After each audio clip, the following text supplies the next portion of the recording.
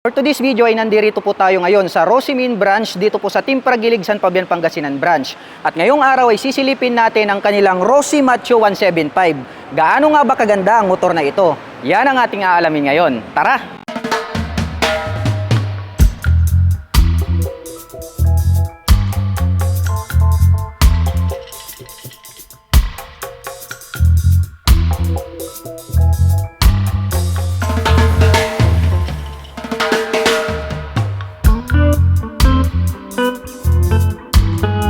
Ito ang Rosi Macho 175 at ito ang ating ipipicture for today mga ka-LM.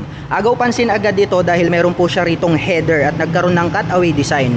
At dito naman po sa gitna may makikita po tayo dito na decal na macho in gray color and then along with red color. Nagkaroon ng guhit na black dito at saka lining na white.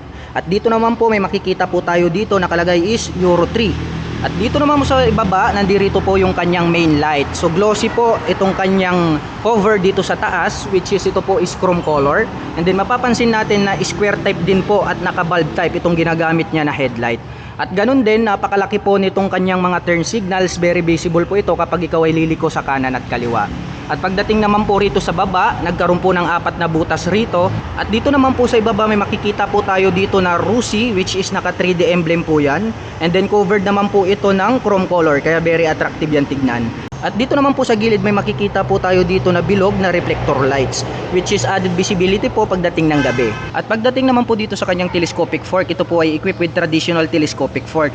At ang kagandahan po nito mga ka-LM is mayroon din po sila nilagay dito na rubber cover. At pagdating naman po sa kanyang braking system dito sa harap, ito po ay equipped with drum brake.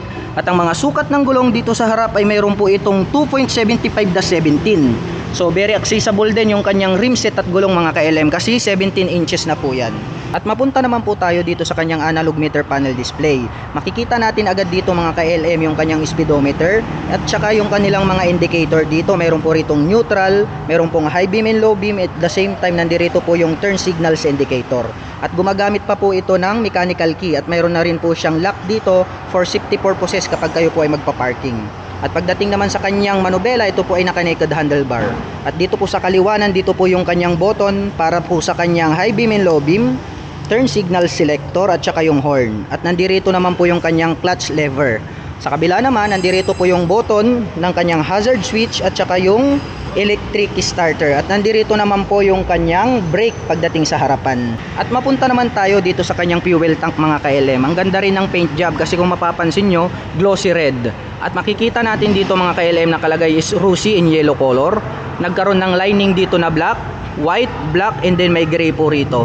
So ang ganda rin, ang lakas din ng dating. Ganon din po itong kanyang side cover.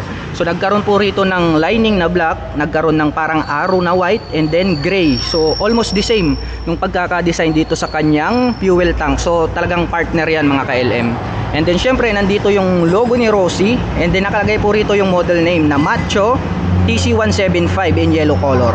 At pagdating naman po dito sa kanyang engine, so ang color po ng kanyang engine is para po siyang dark gold. So dark gold po yung kanyang kulay, maganda rin yung kanyang datingan. And then syempre dito sa kanyang engine, mayroon po nakatatak dito na Rusi.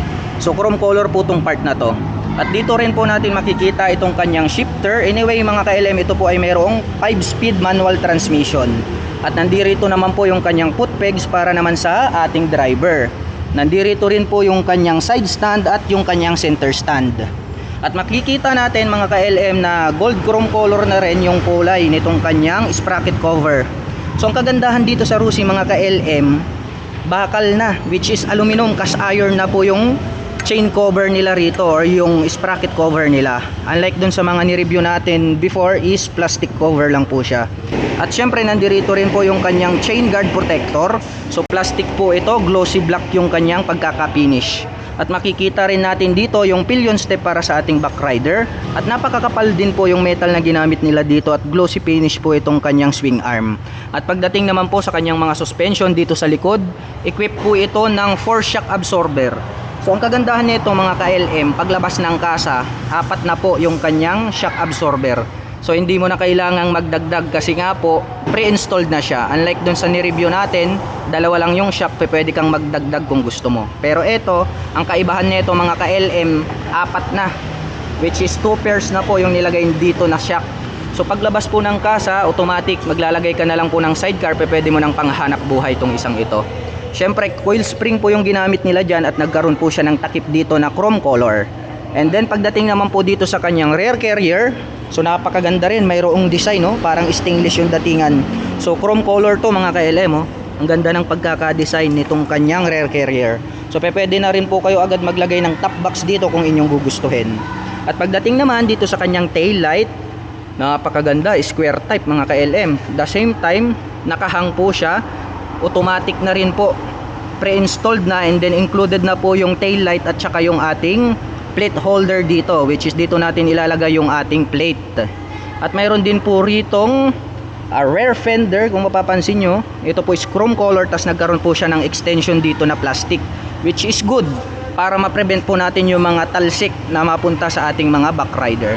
At dito rin natin makikita itong kanyang turn signal. So ang lalaki, naka-emboss yan, nakalabas mga ka-LM. At para naman po sa seat height reference, susubukan nating sakyan itong kanilang Rossi Macho 175. Ngayon naka-center stand po ito. Aba, napakahirap pala ibaba nito. Ayan, bago pa kasi kaya medyo may katigasan. Makikita nyo naman mga ka-LM, lapat na lapat yung ating paa below the ground. So meaning to say, ito po ay very comfortable para sa mga 5'6" in height. Even siguro mga 5'3" and above, komportable po rito. Hindi nyo na po kailangang magpababa ng shock or magpalit or di kaya magpa-adjust ng ating front suspension dahil talagang very comfortable to para po sa mga kababayan natin dahil nga po ito ay ginawa for Asian heights. At pagdating naman po dito sa kanyang braking system dito sa likod, dito po ay equipped with drum brake. At yung hub po na ginamit nila dito is silver color na matte. At pagdating naman po dito sa mga sukat ng gulong dito sa likod, mayroon po itong 3x17. So 17 inches po yan harap at likod. At pagdating naman po rito sa kanyang exhaust pipe, ayan o, mapapansin natin napakahaba. Very minimalist lang din yung dating mga ka-LM. Simpleng-simple lang. At the same time, yung color po nito, mapapansin nyo naman at kitang-kita natin, ayan o, kahit medyo madumi at maalikabok, ito po ay matte black color. And then nakatatak po dito is Euro 3 para sa kanyang emission. And then yung kanya pong head protection guard, stainless steel, pero hindi, bakal to, pero chrome color mga ka-LM. Nakatatak din dyan is Rossi. At dito din po natin makikita yung ating pillion step para sa ating angkas. At may nakalagay po rito na RFI dito sa kanyang swing arm. At dito rin po natin makikita itong kanyang kickstarter. Ayan o. So anyway mga ka-LM, pagdating sa starting option, mayroon din po itong kickstarter. At the same time, mayroon din po itong electric starter. Ayan o. So meron kayong 2 ways of option pagdating sa starting system. Nandito rin naman po yung kanyang pillion step para sa ating driver. At ito naman po yung ating foot brake. Ayan o. Para naman po ito dito sa ating drum brake sa likod. At dito naman po sa kanyang right side cover ng engine, may nakatatak po rito na Rossi. Dito po mismo sa kanyang engine. Ayan, so almost naked talaga itong mga pampasada or pang tricycle na mga motorcycle. Kaya kung mapapansin nyo, side cover lang yung makikita natin, naked na po siya. At pagdating naman po rito sa kanyang upuan, makikita naman natin na maganda rin yung pagkakalagay nila dito ng kanyang seat cover mga ka-LM. Nagkaroon ng partition dito sa gitna, hindi lang natin masyado makita siguro sa camera, pero nahahati po yan sa dalawa. Nagkaroon po siya ng belt dyan, may tornilyo rito. Ang ganda rin ang pagkakatahe nitong kanyang upuan. At saka malapad mga ka-LM, kasyang-kasya rito yung dalawa. At the same time, pwede rin mag-extend. Kung gagawin mo po itong pampasada, pwedeng dalawa yung angkas mo rito. Dahil nga malapad, at the same time, mayroon na rin po siyang rear carrier. Kaya talagang pangkargahan din itong kanilang Macho TC 175. So ito po yung pinakamalakas na motorcycle ni Rossi pagdating po sa mga pantra o pagdating po sa mga business type na motorcycle. At ang presyo po ng ating Rossi Macho TC125 ay nagkakahalaga ng 48,500 pesos. At kung balak mo naman kumuha ng hulugan ay kailangan mo lang mag-down payment ng 2,000 pesos. At pagdating naman po sa kanyang monthly installment, ito po ay mayroong 2,435 pesos sa loob ng 3 taon.